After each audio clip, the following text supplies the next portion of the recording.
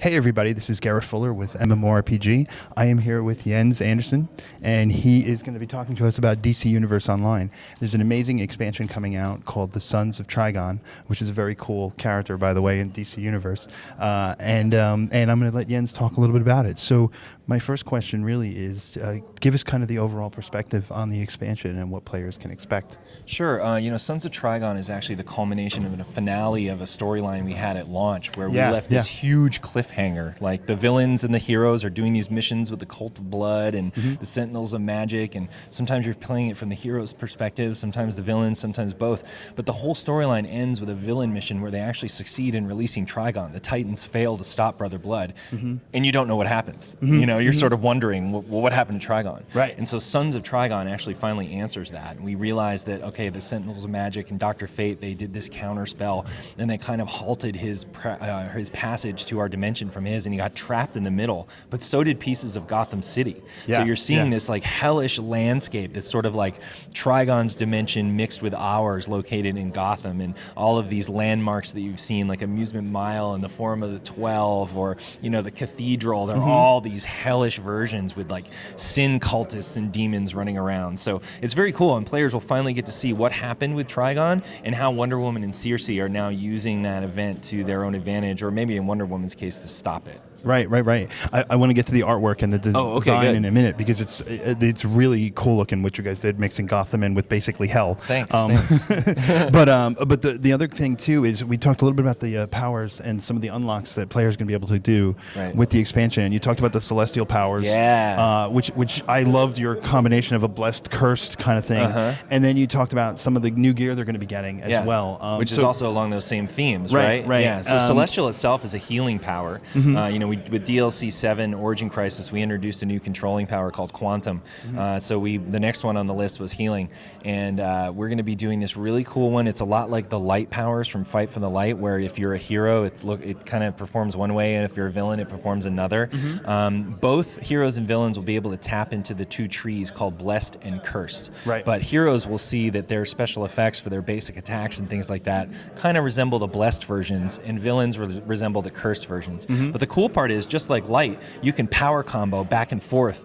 You activate one power, and instead of having to activate the next one out of your tray and spending power for it, you can actually combo to it using key inputs and things like that. So there's some extra skill involved into chaining these things.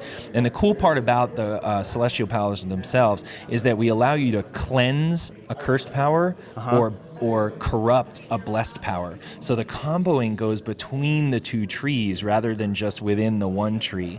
And so there's some really, really interesting combinations that start coming out of that. It's a cool new way to heal. Listen, you had me at corrupting a blessed power. That was all I cared about, right? You're a bad boy. Well, in video games, right? Not in real life. Cool. Now, there's an immense amount of artwork that went into it, and also an immense amount of lore that's gone into it. You talked about Wonder Woman. Beautiful. Yeah, you talked about Wonder Woman and Circe, but you're also running around fighting ghosts of like the Waynes, the Robinsons, like stuff like that, the Falcone family. Falcones. So tell Cobblepots. Yeah, Cobblepots. So they're the tiny ones. The little guys running around, right? So I guess the first thing is talk about some of the artwork and how you designed the zones, because you literally mashed up Gotham with this massive hell plane. And put it together and created some amazing stuff. I mean, the stadium we saw, the cathedral we saw, and all these areas are based on one of the Sons of Trigon. Exactly. Lust, Wrath, and all that kind of stuff. Yeah, if people don't know, his sons, he has children, on our plane.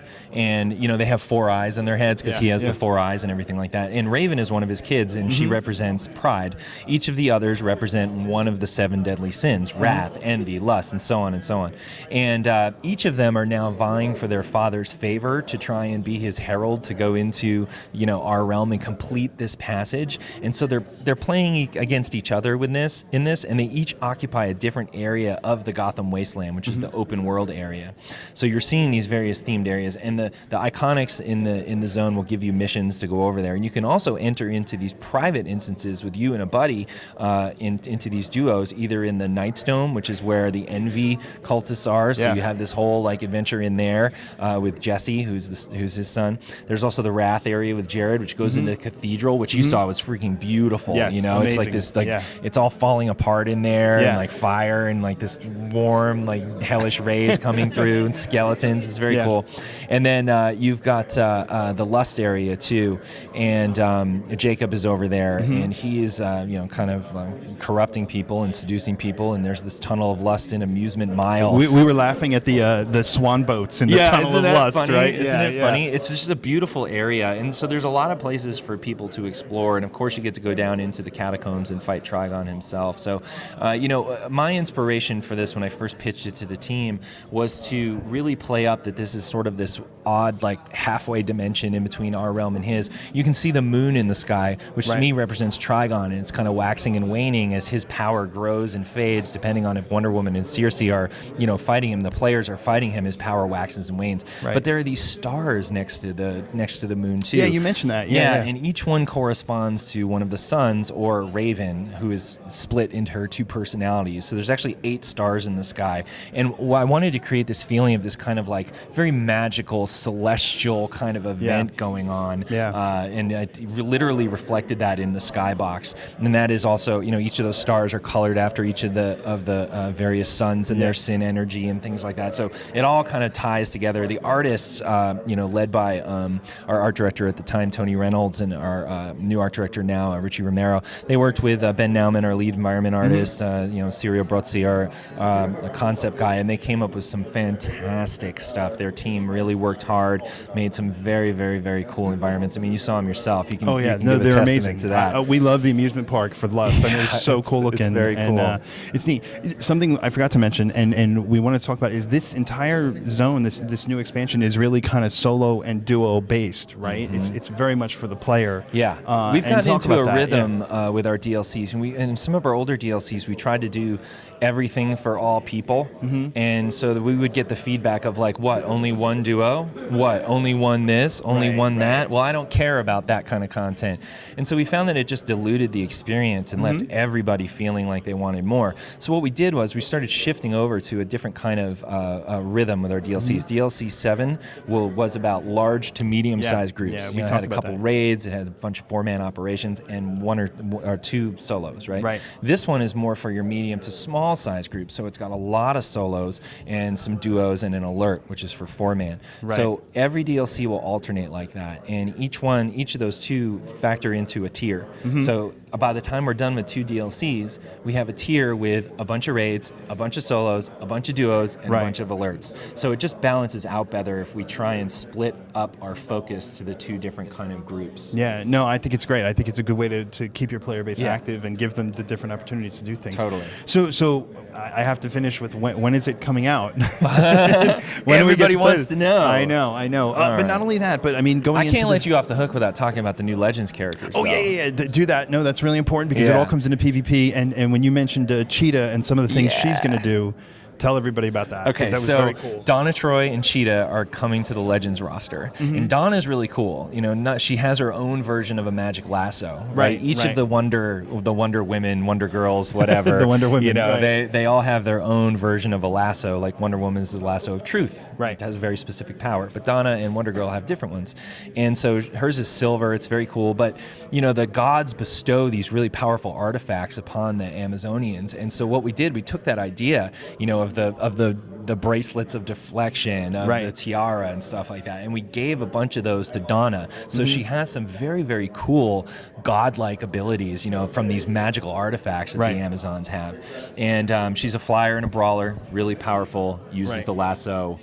I love her. Cool. But Cheetah's the one. Yeah, you'll look out for that one. Right? So when Catwoman came in, Catwoman is just beast in Legends. She's so powerful, and I love playing her. She's so fast and feral, and Cheetah's the same way. But the cool thing and the difference with her is that she's really, really very much a magic-based character. So we've brought in some of the aspects of the curse that led to her becoming, what she is right now. Right. And we also gave her super speed. So there's never been a super speedster in Legends PvP before, and now there is. So that's really going to put in some new tactics and stuff like that. Cool. And I got to say, she does the Puma.